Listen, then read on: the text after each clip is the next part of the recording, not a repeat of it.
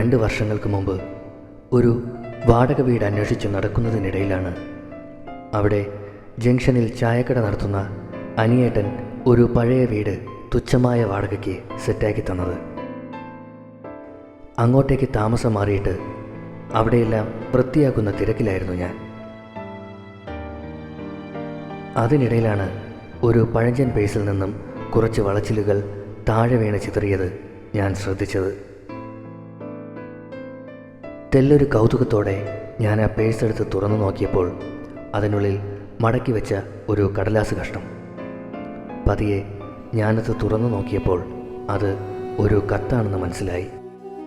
18/4/2017. പ്രിയപ്പെട്ട സാജിറ, നിന്നെ എനിക്ക് എത്ര ഇഷ്ടമാണെന്ന് ഞാൻ പറയേണ്ടതില്ലല്ലോ. കഴിഞ്ഞ 9 വർഷമായി നിന്നെ മാത്രം ഓർത്ത് ഞാൻ ജീവിക്കാൻ തുടങ്ങിയിട്ട്. എന്നാലിപ്പോൾ നിന്നോടൊത്തുള്ളൊരു ജീവിതം എനിക്ക് സാധ്യമല്ലെന്ന് ഞാൻ തിരിച്ചറിയുന്നു.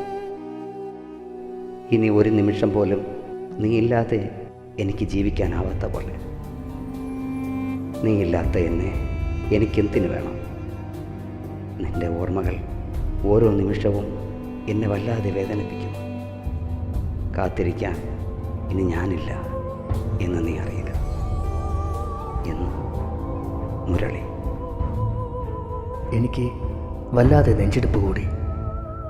6 വർഷം മുമ്പ് ആത്മഹത്യ ചെയ്ത ആരോ ഒരാളുടെ കത്താണ് അതെന്നറിഞ്ഞപ്പോൾ എൻ്റെ കണ്ണുകൾ നിറയാൻ തുടങ്ങി. ഞാൻ പതിയെ പേഴ്സ് വീണ്ടും തിരഞ്ഞു. അതിൽ നിറം മങ്ങിയ ഒരു ഫോട്ടോയും ഒരു അഡ്രസ്സും ഉണ്ടായിരുന്നു. ഞാൻ ഓർത്തു, അയാളുടെ മരണം അയാൾ സ്നേഹിച്ച ആൾ അറിയാൻ വേണ്ടിയാവണം ഇങ്ങനെ ഒരു കത്തെഴുതി വെച്ച് ആ മനുഷ്യൻ പോയത്.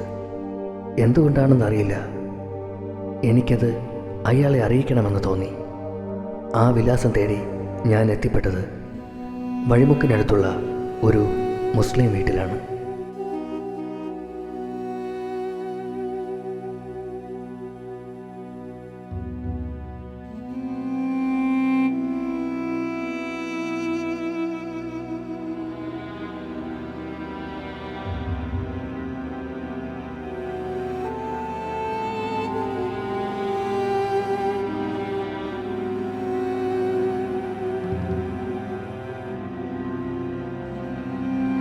മധ്യവയസ്കയായ ഒരു സ്ത്രീ പുറത്തെ പടിയിൽ ഇരിക്കുന്നുണ്ടായിരുന്നു.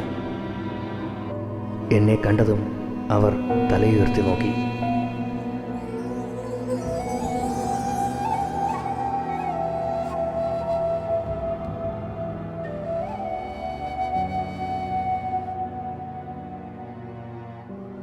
ആരാ അത്?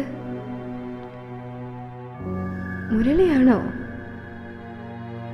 മുരളിയാണോന്ന്? മുരളിയല്ലേ? ഒന്ന് പറയ്.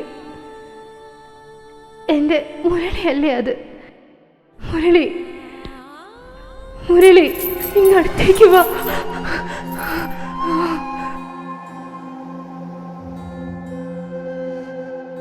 അപ്പോഴാണ് അവരുടെ കാലിലെ ചങ്ങല എൻ്റെ കണ്ണിലുടക്കിയത്. എൻ്റെ കണ്ണ് നിറഞ്ഞു. എനിക്കെന്ത് പറയണമെന്നറിയില്ലായിരുന്നു. ഒരു വാക്കുപോലും മിണ്ടാനാവാതെ ഞാൻ തിരിഞ്ഞു നടന്നു.